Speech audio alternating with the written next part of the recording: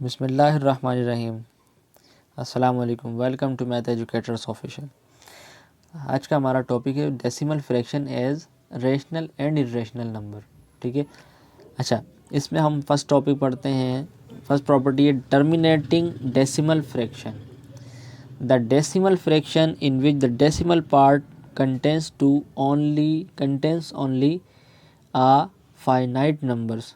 क्या कहते हैं कि डेसिमल फ्रैक्शन जिसमें सिर्फ और सिर्फ डेसिमल नंबर्स जो है वो हो, डेसिमल पार्ट इसका जो है वो हो, और उसके अलावा वो क्या हो, उसके अंदर फाइनाइट नंबर हो, यानी जिनको हम गिन सकते हो, जिनकी कई हद हमें मालूम हो।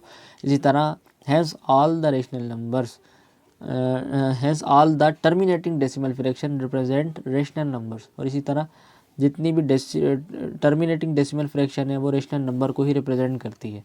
ठीक है। इसी तरह इसकी एग्जांपल देखें।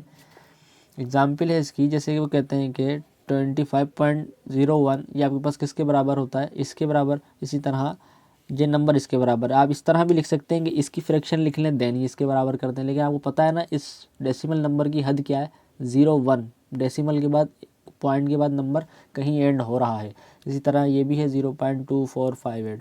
अब आगे अगर वो नॉन स्टॉप चलता चला जाए तो हमें नहीं पता उसकी हद क्या है, तो उसको यहाँ पर इनफाइनाइट वो नंबर हो जाता है। लेकिन यहाँ पे बात हो रही है टर्मिनेटिंग डेसिमल फ्रैक्शन की। टर्मिनेट कहते हैं जो नंबर कहीं रुके, और ये है डेसिमल फ्रैक्शन।